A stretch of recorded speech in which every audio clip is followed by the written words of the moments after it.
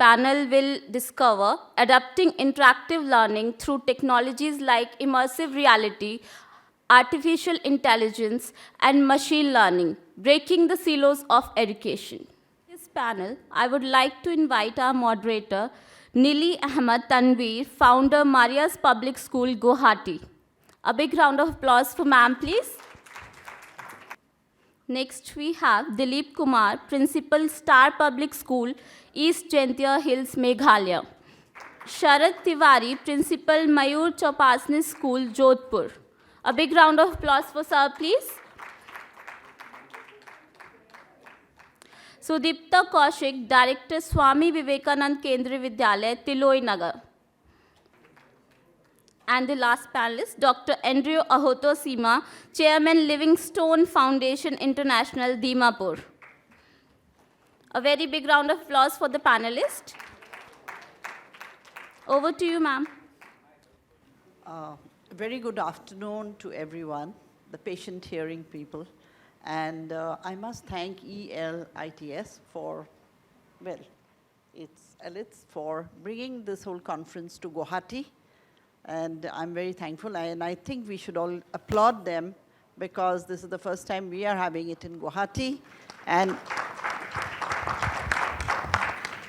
it's made it possible for all schools in and around the districts of Assam to be part of this whole group. And I'm really thankful because I'm used to attending a lot of conferences in Delhi, Jaipur, Udaipur, and today being in Guwahati, I'm very thankful. A warm welcome to our panelists. I welcome you all, and I hope we have a fruitful discussion because the topic is all on artificial intelligence and the digital learning, the digital space for children and in schools. And what we've been hearing over the last two industry people are the space for digital learning in schools and how we can improve and upscale and upgrade all of that by taking the technology which has come up in the market today.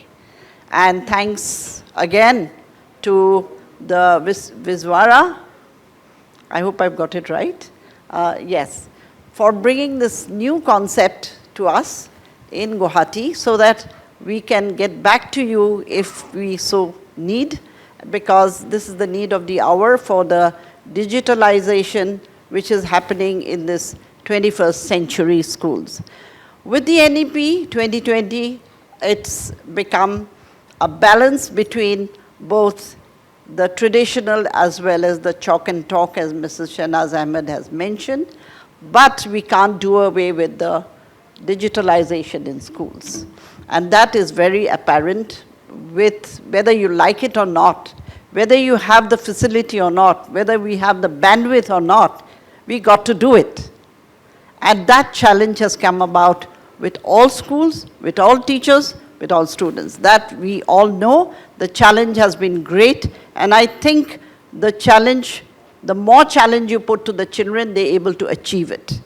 And the more challenges you put to the teachers, they're able to overcome.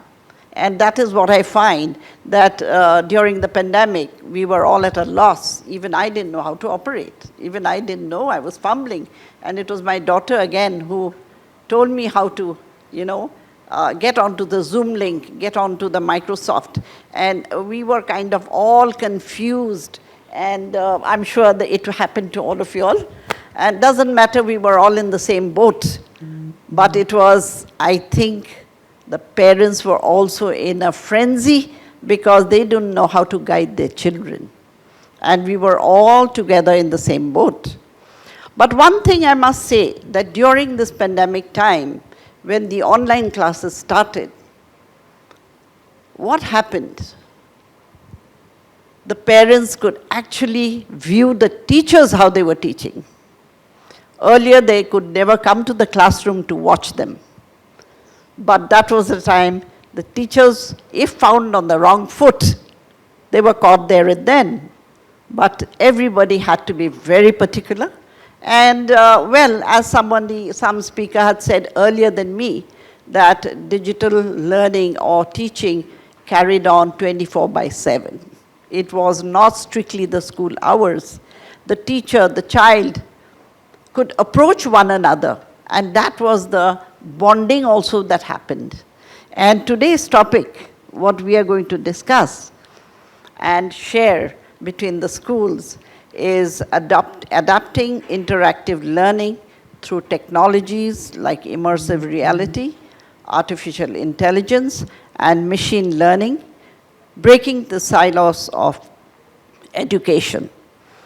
I don't know how many schools they must be having the ATL labs, which has been given by the Niti Aayog government of India. And quite a few schools have it. We are fortunate to have one also, completely funded by the government of India. And that laboratory is mainly to do with science, artificial intelligence, and partly mathematics. Now, can I ask anybody to raise their hands? Because I have a question at the end of the... How many schools have ATL labs?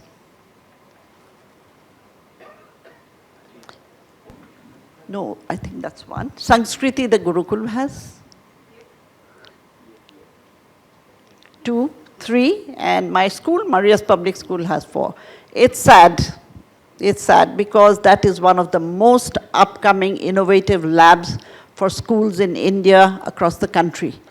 And today we are still lacking in getting the right access. And I think all of you need to write to Niti Aayog and ask for this lab in schools. It's really, really wonderful because where the artificial intelligence is actually happening.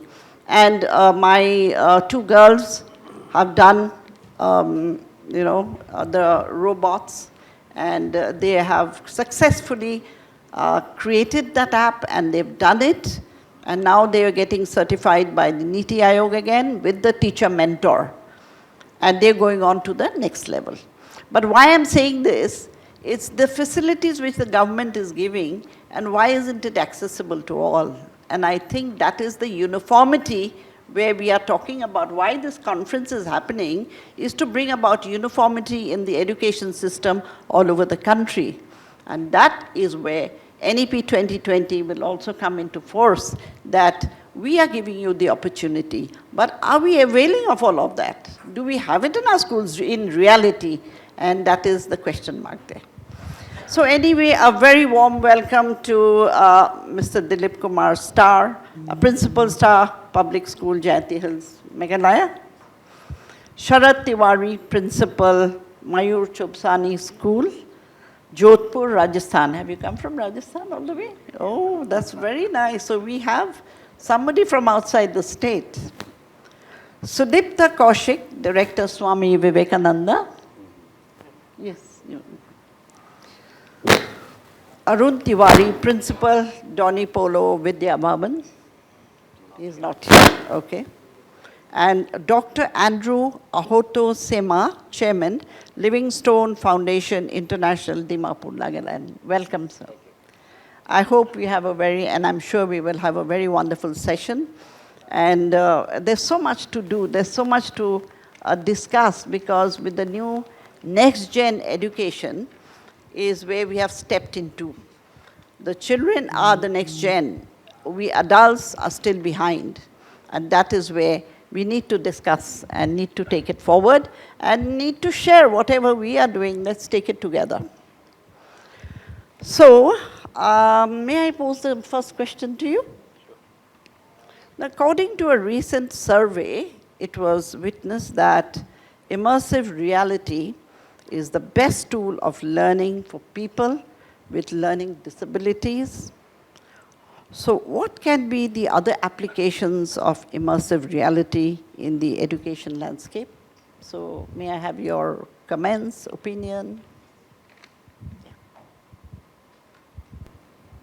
Thank you very much for your question and the opportunity, wonderful opportunity to meet all of you here. I see the difference between our education system, and when I visit to usually regular visitor of Wales, when I go to Cardiff, I see the main difference of our education and their education is. Whatever we are starting today, we are thinking today. Actually, we are late, they are already in. In 1995 to 2002, this was the time when I was in Assam, one of the boarding schools by a private trust. And when I compared with other school and that school, the only difference or edge they had, the technology and infrastructure. That gives you an edge. When I went to Pathways in Gurgaon in 2003 to 5, yes, there also in the beginning, in the year 2003, what we are thinking today, every child had a laptop, they were having access, campus was given access 24/7 for all of us. So in 2003, what today we have started thinking about AI, immersive reality, and usage of bringing these things in. If I have to fill a claim form, while once I complete my travel, I claim my through SAP or so there is a transparency and it gets very fast. I get my bills passed due to those technology use. There is no in-between person or bureaucratic control or red tape.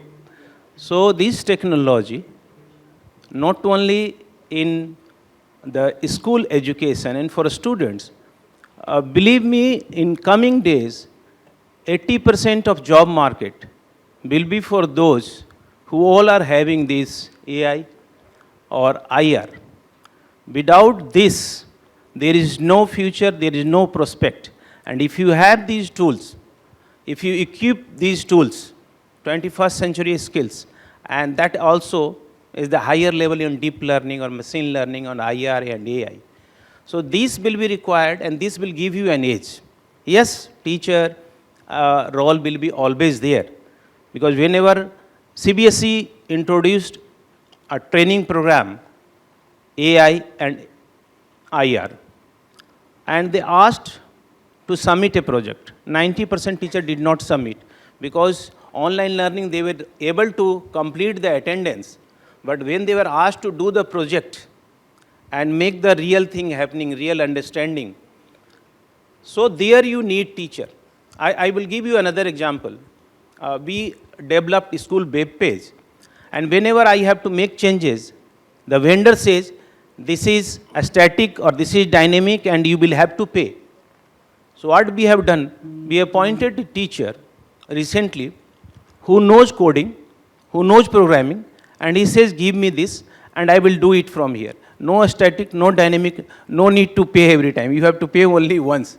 So this technology, and particularly the advanced technology, will equip and prepare, save time, save money also, and prepare you for the future challenges. So IR is the future. Right. And that makes, and due to that they get edge. Western country, European countries and other countries. Because they are already in, we are a bit late, so we have to also be there and we have to accept and adopt this. Thank you. Thank you very much. This really keeps me, it just reminded me, I had just been to Israel through FICCI RIs, as my school is a member. And believe me, this was on invitation from the government of Israel and Indian government. We had been there to see the technology that is being used in those schools. And what we saw is they are 10 years ahead of us. 10 years, maybe 15 years. And the immersive reality is what was astounding. There was a building called the Dr. Pearson's Innovation Lab, and that was built within the desert area facing the Mediterranean Sea. I'm just mentioning this. And that lab is a huge lab where they say, you come here to dream. And there were little children to older people. who come to see that lab, and that is where they dream that what we can do tomorrow. And that tomorrow, I think India needs to know now. And we are the ones we are going to discuss. And we thank EILTS for bringing this forward. And I'm sure we will make India another digitalized country, way like Israel, maybe ahead of Israel. But what I would like to say here, that we are the educators, we are the change makers for the children. We are here to discuss and to implement and take it forward. And not just to have a meeting, not just to discuss and forget about it after the lunch. But I'm sure you are thinking of the lunch as well. But yes, these are areas where we need to work, and we can do it. We can do it, and it is possible. India is coming forward in many ways. Yes. Yeah, and what you mentioned, yes, we have, by digitalization, and I think with the AI and the coding, we are making our citizens, our children, ready for industry tomorrow. And I think Dr. Kalyan Chakrabarti mentioned the same. The skilling, the digitalization will make students ready, they'll be future ready, and that is where we need to now approach. Vocationalization is one area where we are still blank. I'll tell you an example, if I have permitted to do so. Well, we were at one time as a vocational school in Maria's, and there was a big uproar and a hue and cry that parents said, we don't want to make a child a carpenter, we don't want a child to be an electrician, we don't want this, we want Maria's public school as it is to be a traditional school.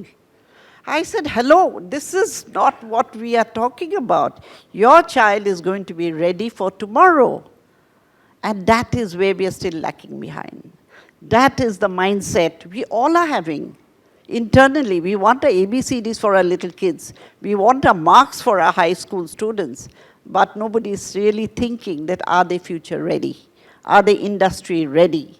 They are not. But we have to give them the base for it. Thank you, and I'm sure this answer of yours will take us in a long way.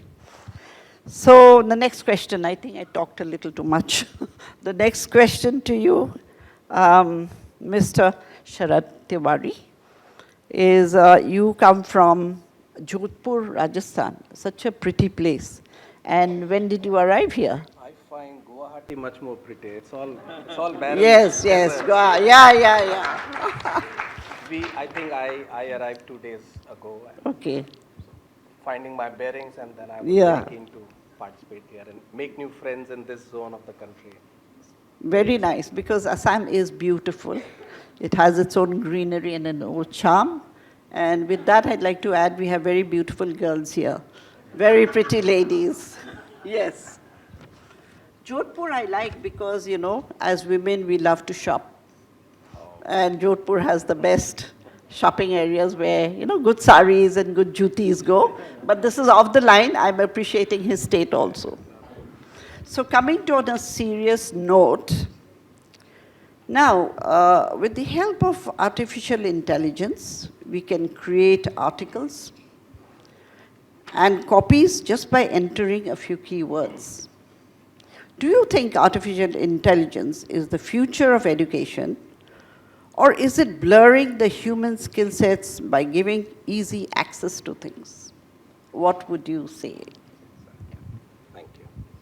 Thank you. And it indeed is a very difficult question because technology has always had its pros and cons. And until you have fully utilized a technology, you don't really appreciate whether it has done you good or it has done you bad. A very simple example that comes to my mind, and I often talk about it to parents and teachers and students, is the great invention by James Watt. You all remember we were taught in GK classes who invented steam engine, and the answer was James Watt. So when Sir James Watt invented steam engine, it was exciting. We had automobiles, piston and engine, machines. Most of the machines work on the principle of internal combustion engine. little did we realize that over 100 years, these very machines on so many automobiles would be creating so much of pollution that we will have an effect called global warming. And that is going to have havoc on our agriculture, on our health, and this ozone layer. So in the short term, when we look at technology with a short-term view, it looks exciting, it looks nice, but it can affect human skills, you mentioned. It can blur our creative thinking and our, the basic capabilities with which human beings live and function. So introducing children to technology, we have to be very, very careful. And then, of course, we have to understand as educators, there are very young teachers also here and young principals. I consider myself old now. So we have to be very careful. Every technology that comes our way, we should not be in a hurry just to prove a point, take that up and introduce our kids to it. It can have pitfalls, it can have issues with the child.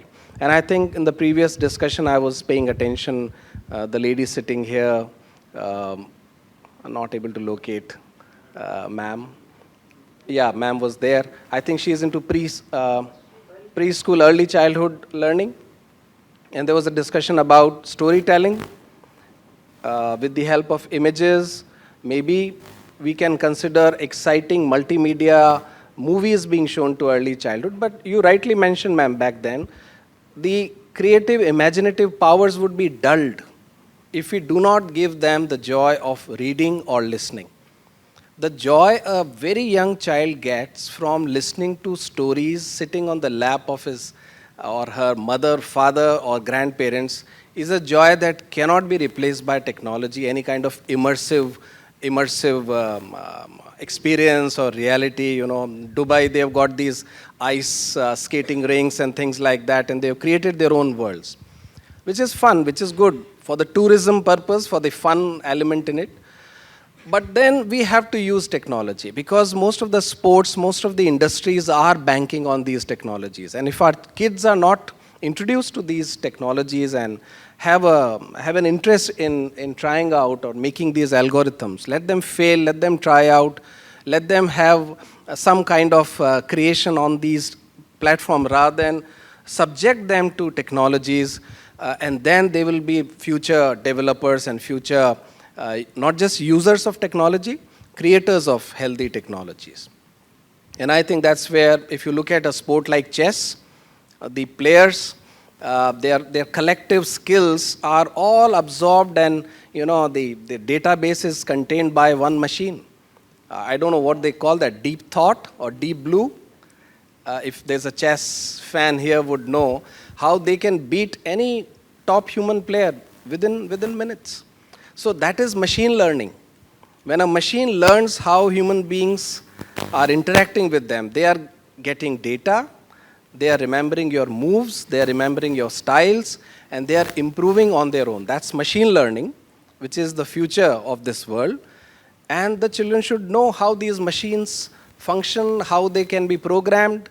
And we should also be careful, those movies we have seen, Terminator and all, how these machines can overtake human beings and can have catastrophic havocs on the humanity. So we have to introduce, there's no other way. We can't live stuck in time and in primitive methods, but introducing children to the use of technology, creating technology, algorithms, that is what we should give them. Overuse of technology can be numbing.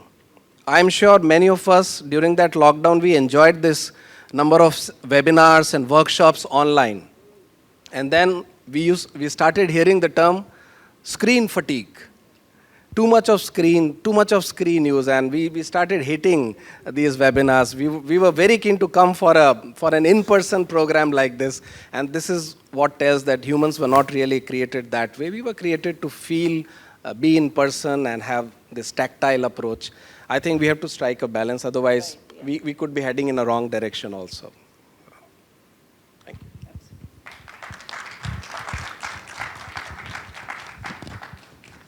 Thank you, Sharad, if I may call you Sharad. You've touched... I consider myself old. Okay. You're old in number, maybe, but not in your heart. As long as you're young at heart, it's okay. So what you said is so correct, that even in schools, even adults, we forgot to communicate one-on-one because we got so used to the screen, then our brain starts fogging and we stop talking and we stop communicating because we are so used to the machine and the screen. And as you say, the screen is a bad killer of your communication skills because everything the machine speaks and we hear and we consume everything. Now when you talk of the chess players, I have a couple of them. One is an international level, one is a state level, the other is a district level. And believe me, all those 3, 4 kids don't speak. Their communication skills have gone down because they've been trained to do chess on board, chess on machine. They can be socially very awkward. Absolutely. And one travels like crazy. We've just given him off from school for, wherever your tournaments are. And he's India number 7, Mr. Sahil Day. He's in class 8. But when they come down to academics and in the classroom, they're socially awkward. We've seen this. And the other is my niece. She's in class 5. She's a state level. She's gone up to the champion state level. But I'm just giving an example that not all are chess players. Besides the chess players, even the others have forgotten to socially communicate. Their vocabulary has gone because they've forgotten to read books. They don't read and they don't listen also. Their listening capabilities have also gone down because they're so used to the machine. But yet, we have to strike a balance there. And that balance is very, very important, where the teachers, the parents need a lot of parental guidance and support, which the teachers cannot help there, but parents are ready to blame the school, that please don't send the mobile with him. Please don't do this with him. Please tell him. But it is the parents who have no time. They are also struggling between a lost job, finding a new job, and then struggling with the children to guide them. So there are a lot of pros and cons between the digitalized classroom, the digital India. But what we as school and educators need to do is to strike the balance, get the children understand that you use it only as a tool, not as the end of it all. And I still believe that the schools which we are here in Assam are still very traditional schools.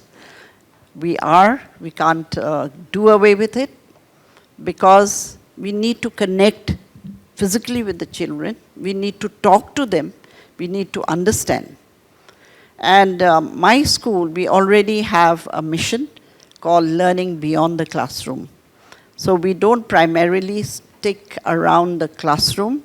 We make them go out. And like somebody mentioned, she has a very, Mona Lisa, I think, mentioned about the extra beyond the classroom. So we have a similar way where the child gets the time to explore outside the classroom because it gets boring for them and they want to learn more and more and they want to understand what's outside in the environment. And the other thing which my school does is bringing nature to the classroom. We are very much into nature, and that is one thing I would still advocate very strongly. No matter how digitalized are we, I don't think we should deviate away anyway from nature. And that is one area a child needs to grow with nature. So coming to the third point, I would like to ask Mr. Sudippta Kaushik, who's traveled all the way from Moran, Tiloi, Nagar, Assam. So happy to have you here in Guwahati as one of the panelists. And it is beautiful to know that we have such a mixed group of people from different states, districts, and also outside the state. Well, my question to you is, machine learning is transforming how education institutions are tracking student performance and spotting issues. What is your thought on the machine learning powered personalized approach? We've all been talking about the machine learning. What is your thought on this?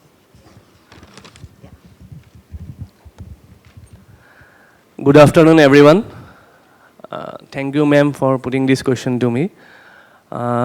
Before answering it, I'd like to thank Elets Group and special thanks to Mr. Aryan for inviting me. And yeah, yesterday whole night I was traveling from Dibrugarh, and I reached today morning. My train was also late.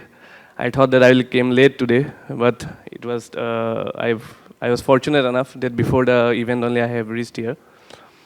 I was looking at everyone also now. I think many of you are feeling hungry, seeing the time. It's almost time, so I won't take much time. Let me give a brief introduction about myself. I am Sudippta Kaushik. I'm a BTech mechanical engineer. So the question that has been put on me, machine learning, I was dealing with machine only. And sir, I did my engineering from Jaipur. So yeah, I was fortunate enough to stay in Rajasthan for almost 4 to 5 years. And I was a drilling engineer actually. After my BTech, I joined oil industries. I worked in Shivani Drilling Company, John Energy, and then I got job in Oil India Limited as a drilling engineer. So I worked there. A small incident I want to elaborate here, that when we work there, we are talking about machine learning, we are talking about artificial intelligence, we are talking about digitalization. In this very young age of time, I am so lucky enough that I have seen different phases of society. There are some places in Tinsukia, I think Saleshar is not here, he might be aware about that. Dighol Torong, Barekuri, these are the places where there is all those schools, but students are not going to the schools itself. Why? Because now there is a system in Assam, easy earning. Oh, he is from Oil India, na? Give me 1 lakh rupees, 1.5 lakh rupees. Why? I want to build a library. In T state, they will build a library. See, the young kid of 7th standard or 8th standard uses foul languages, slang languages. Why? They have learned from the father and mother. Once a mother will stop the engineer car, she'll say, wait, let me have a shopping there. So we are driver or what? So this is a tradition where lack of education is going on. In so many places, there is no proper education only. Digitalization and artificial intelligence or the modern technologies will be, we are thinking about imparting there, but there are some places where there is no proper education also. And these things is hampering those young mindsets, young students, because they are learning everything from their father and mother, that easy earning, easy learning.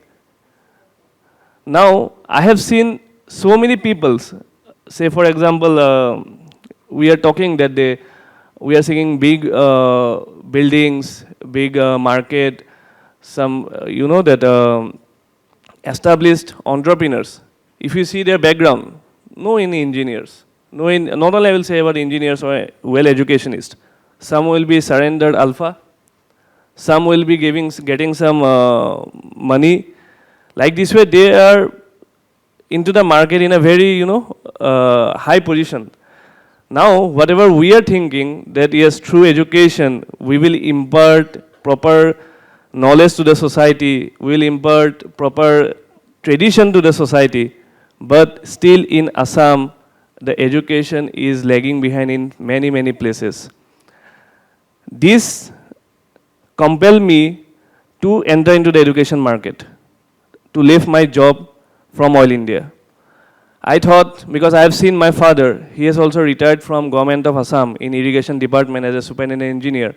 So I thought that I don't want to spend whole my life by giving whatever knowledge I have to Oil India and getting the money, securing my family, and at the end of the age, I will retire, and then I will have some property, I'll be, and that sometime I'll die after some time. That is the life. If we see the life, Just imagine, you are most senior to me, most experienced to me. Just imagine, a child is born. Right from 3 years onwards, 3, 4, 5, 6, as soon as the child is growing, he will get burden and burden only. Initially, the burden of study. After that, the burden of again study. Say for example, after 10th, there is 12 high secondary. After high secondary, there is degree. After degree, there is post-graduation. After post-graduations, now for getting job also. Even in all India, we have seen PhD scholars, they are working as a mud labor because of lack of job. Right? After that, marriage problem. After marriage, then service promotion problem. After service promotion problem, retirement problem. And after retirement, you know what I will do now. Everything is finished up. So this is the thing that we are in the age of getting burden only. Now, from my point of view, if I think that I just want to lesser the burden from the small age of students. Say for example, once one robotic company, they have came to our school and they said we are felicitating so many programs right from first standard. Now I think that if I give a student the idea of coding and all this, from the first standard only, where he will find the, how can I explain, the joy of reading or learning. Just remember, when we were kids, when we were promoted, I was very happy. Suppose if I'm in first standard, I'll go to second standard, then I was very happy because I will get a new book. I will smell the page of the book. I will write the new copy, then I will put seal cover. We used to have, sealing, we'll put it sticker. So these were the happiness point in our time. But nowadays, do we find students, they like writing in the copies? No. Apart from them, they will be busy in TikTok, in the mobiles, in the computers, in the laptops. They don't have any joy of reading only. They don't like books only, textbooks only. Now what is happening that, suppose parents from the rural place, he will not understand what his child is doing. But what he will say, oh, my child, Din Bhar, they are busy in mobile and he is learning. But that child, apart from learning, he will be going into some social medias. He will be having his Facebook groups, Insta groups, and he will be indulged in some other activities apart from the study. And the most important thing which we will see that nowadays, these types of students, you will see they are not properly communicating with the parents. They will not speak up properly. अच्छे से बात भी नहीं करते आजकल के students जो भी होते हैं. They will feel that lonely. They will just want to stay in their own dilemma. Last year, I think, a student of our 6th standard student, he has committed suicide because of a game. I don't remember the name of the game. PUBG, yeah. PUBG. So a game, that is also an artificial intelligence. So a game can commit a person to have a suicide at the age of 6th standard. Who is responsible for it? Right? But now, again the same question I was asked for saying about the machine learning and artificial intelligence. Machine learning is a part of artificial intelligence. I do respect it because now, if we see the mobile, we'll say, Alexa, play me this song.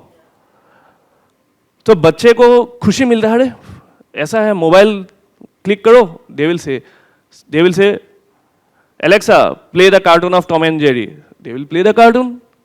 So that's a part of artificial intelligence only. We are already indulging in the artificial intelligence. Now the thing that if we teach the students that you should know how it is incorporated, how it is running at the very young age of time, I don't personally believe that. Second, being a person from mechanical background, recently I am very fond of, expensive cars. So I was going to have a test drive of XUV 700. So I had seen there, they have built one more important system. If the speed is over speed, say around above 80 or 100, then the steering will be jerking. I thought how that machine can understand that. In Assam, there are lots of speed breakers, lots of gaddas. So if there is above 70, the steering will jerk, we have to put the brake. how that machine can understand the importance of the road condition? Because the system, whatever they are built, I think that is of 3-tier cities, 4-tier cities of Delhi, Mumbai. Their road condition is different. Our road condition is different. In the town, we cannot we cannot go beyond second gear or third gear. Isn't it? That is the fact. Recently, I was in Guwahati. We used to see that through Google Map, we can travel everywhere. In Dibrugarh, it's a small place. We don't need Google Map. Our mind is a Google Map only. In Moran, our mind is a Google Map. So I use Google Map here. I was don't know about some destination. Okay, lucky enough, I was using Google Map. That is also a part of artificial intelligence. Means how artificially a machine can become intelligent. So that is an artificial intelligence example. Now what is the condition, what happened to me? I followed the road map, whatever the Google has said, and it led me to a pond. The road has gone there. And after that pond, there is another road. So Google Map is correct. Now how can I drive my car beyond that pond? Then one of the person told me that your Google Map is not updated. So these are some pros and cons. Already we are in this dilemma. Already we are in this age of artificial intelligence or machine learning. I'm not saying against it. There are pros and cons in every aspect. But the motto with which I have left my such a good job and I came to this was that first to educate the rural place. Otherwise, I could have opened a school in a town or in a city if my aim was of earning money. I just opened the school in the rural place because I believe the 70% of the talent is still in the rural place and they are not getting that chance to show their talents. There are so many places, and if a young educator like us, if we can devote something for the society, then these types of people will be a very good citizen in the future.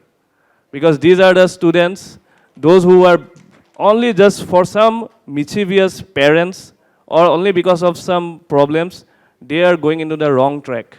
They are going into the easy earning, not learning. Because learning ka to man hai nahi in logo.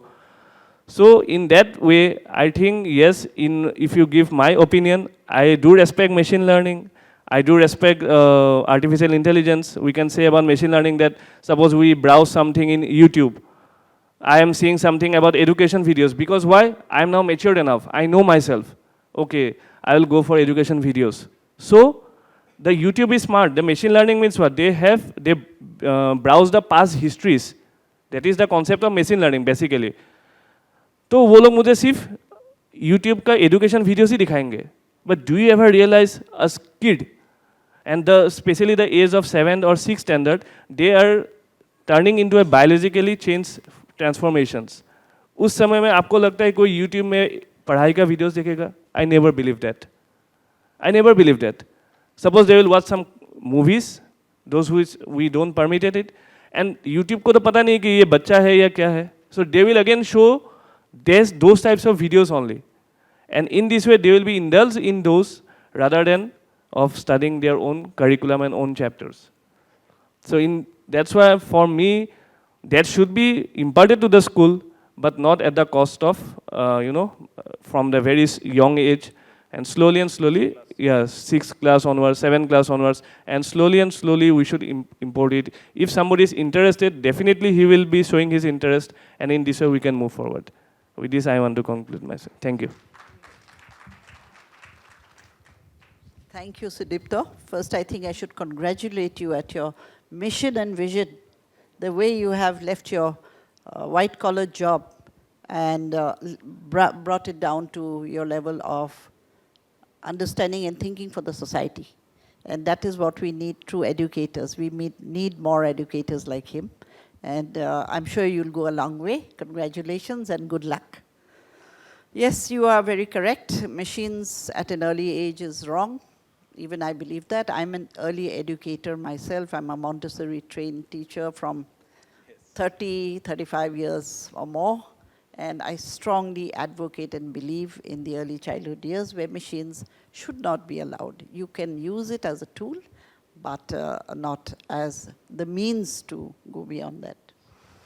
Yeah, understanding from you about your journey as an engineer and to come back to education, I'm sure it'll help a long way in making your school even better and also having wonderful citizens from your institution. I would now come back to, not come back, but come to you, Dr. Andrew, from the Livingstone Foundation International School in Dimapur. So I hear a lot of schools in Dimapur are doing good, and I've heard about your school too. So you have come to Guwahati yesterday or today? You could say today. Today? Okay. Yeah. So as they say, today we have unaccountable technologies that can enhance teaching and learning. Which one has the most relevance considering the educational use? Which one? Come again, the question, once again, I didn't understand. Yeah. Today we have unaccountable technologies, many technologies that can enhance teaching and learning. Okay. Thank you, ma'am, for giving me the time. Being the last speaker, I do understand, first of all, time is a constraint, or I have the liberty. But looking at the time clock just over here, I just have just 5 minutes now of the 1 hour. So probably no problem. Let's try to finish it in that 5 minutes. Well, I bring greetings from Nagaland to all of you, the future molders of the nation over here. I'm happy to be here and glad, and I know that everybody has a good takeaway in life. Well, once there was a discussion, and Einstein happened to be in one of the discussion, and a person asked him a question. Sir, what is the speed of sound? Then he replied, I do not keep such information in my mind because I have the book for that. And he says, the value of education is on not cramming the fact, but training the mind to think. How true. The AI has got everything right now. Why do we need to cram up the dates, time, and everything, and waste our space up here and not use it for a better cause? I would say that. Those days when you were in school, we had to cram every date, every name, every place and everything. I think that was then. But this modern era, I feel we did not do so. Because we get it in the Google, we get in the Wikipedia and everything. The information, the tip of the finger. But sadly, the teachers and mentors are from that era where we were taught to memorize. This is wrong, I would say that. The system of education have changed. The AI has come in, but we cannot be fully dependent on AI either. We have to classify between the two things, content and concept. The teacher, sadly, has always been on the content note footing. They want to finish the content, they want to let the children memorize every subject without the concept being made clear. This is something very wrong, I would say that. Conceptualization is the key essence of any education, I would say that. If your concepts are clear, you will never forget in your lifetime. But I would like to tell all those who gathered here, will you remember what you have been taught in the schools and colleges of all the arts, science, maths, and everything? I guess many of us, even including myself, will not remember 90% of what we have read, unless we are teaching that particular subject for that reason. How can we make that happen to the children too? So there has to be a mid path, I would say that. And probably the mid path would be, we need to train up the child not only in mindset, but also in the heart set. They say that educating the mind without educating the heart is no education at all. I do think that is right. Because our education system has gone redundant. We are not producing human beings. We are producing worse than machines. I really like a quote at one of the university gate. It says that To destroy the nation, we did not need nuclear bomb or atom bomb. We just need to reduce the level of education. Well, here we are. We are not giving the most important place of education in our country. Why? I do not know. Education should be the front seat of every government. Education should be the most important criteria because it is an individual's life which we are going to make somebody great one day. Every one of us would like to be great. Every one of us over here would like our children to be great. But we did not give the key essence of education in the forefront. We're keeping it aside. Why? No wonder we are not progressing, I would say that. We are living in a world where we have overrated education, I would say that. Our present education system is only thinking of grades and marks, nothing else beyond that. Grade and mark doesn't make a person, you know. We need to understand we have 9 multiple intelligence in a human being. All of us are here. Everybody has got different multiple intelligence. Which are we guarding to? We cannot expect everybody to learn maths, history, science, physics, or whatever, I mean, any of the subject. Everybody has a different talent. It is our job as a mentor to bring that essence out of a child and to bring that particular thing of what child should be.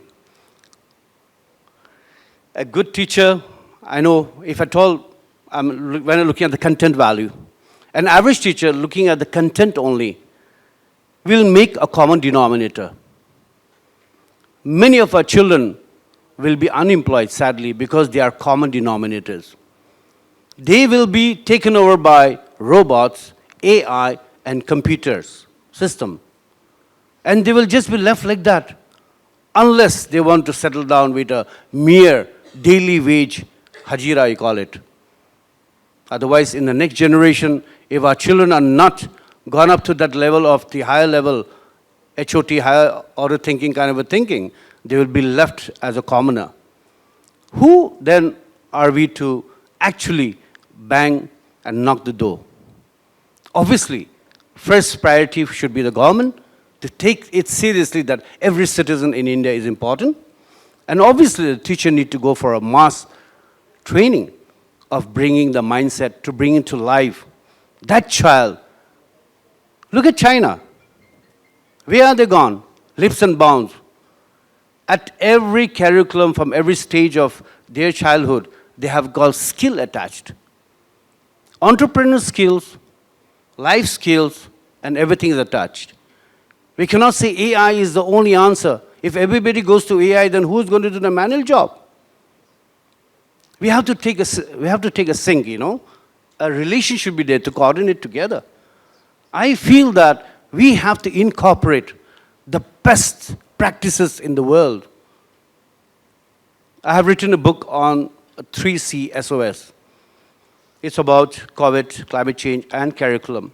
There I have mentioned very vividly about the curriculum need to be revamped in India. Not criticizing, but we need to revamp, you know. We had the best institution, the best university in the world, once upon a time. Takshila and Nalanda University. In the world, we were number 1. But we have taken a back seat. Why? Because we did not improvise. Look at Nokia. It was number 1 in the world. What happened? It phased off because it didn't want to improve. Samsung, iPhone have taken up. Such is going to be the condition of if we do not wake up and education system is not changed in India. I urge the government and every listener that the most important thing if a country needs to be far ahead of any is education. We should not sleep and we should make education as one of the forerunner, the most important, and invest in this, you know, education for everybody. It's for our children, it's for the next generation. And we see that India will be shining one day if our education system is lifted up. So as I said on the university gate, we will not let it lower our education system, but will enhance for the betterment of everybody. Thank you.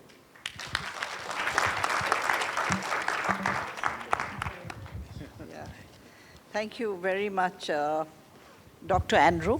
You very well said, and I think there's a lot of takeaways from your panel discussion today, and to all the panelists. I know the time's up, but I would like to thank each one of you for bringing this digital learning platform, its pros and cons, and how we can take it forward, and how to leverage it in our school system, because everything is not gaga with machines. Everything is all the human resource, which is the best resource we have in the world, is us and our brains and our minds and our hearts. And let's be all happy to teach our young children to become the better citizens of tomorrow. Happiness is the big quotient today in schools, not machines, ultimately. Thank you. Thank you so much. It was indeed a wonderful panel. I would like to request Vinayak Sharma, Country Head Torrens, to please come on the stage and give memento to our panelists. First, we have Nellie Ahmed Tanweer, founder Maria's Public School, Guwahati. A big round of applause for ma'am. She has created the panel very well and well on time.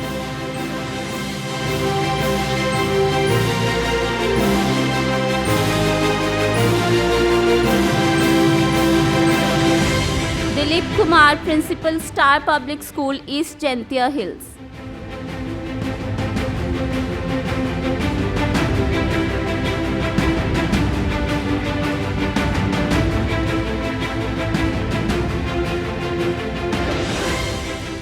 Sharad Tiwari, Principal, Mayoor Chopasni School, Jodhpur.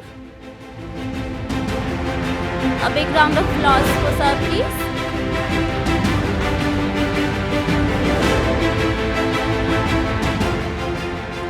Sudippta Kaushik, Director, Swami Vivekananda Kendriya Vidyalaya, Tiloi, Nagar.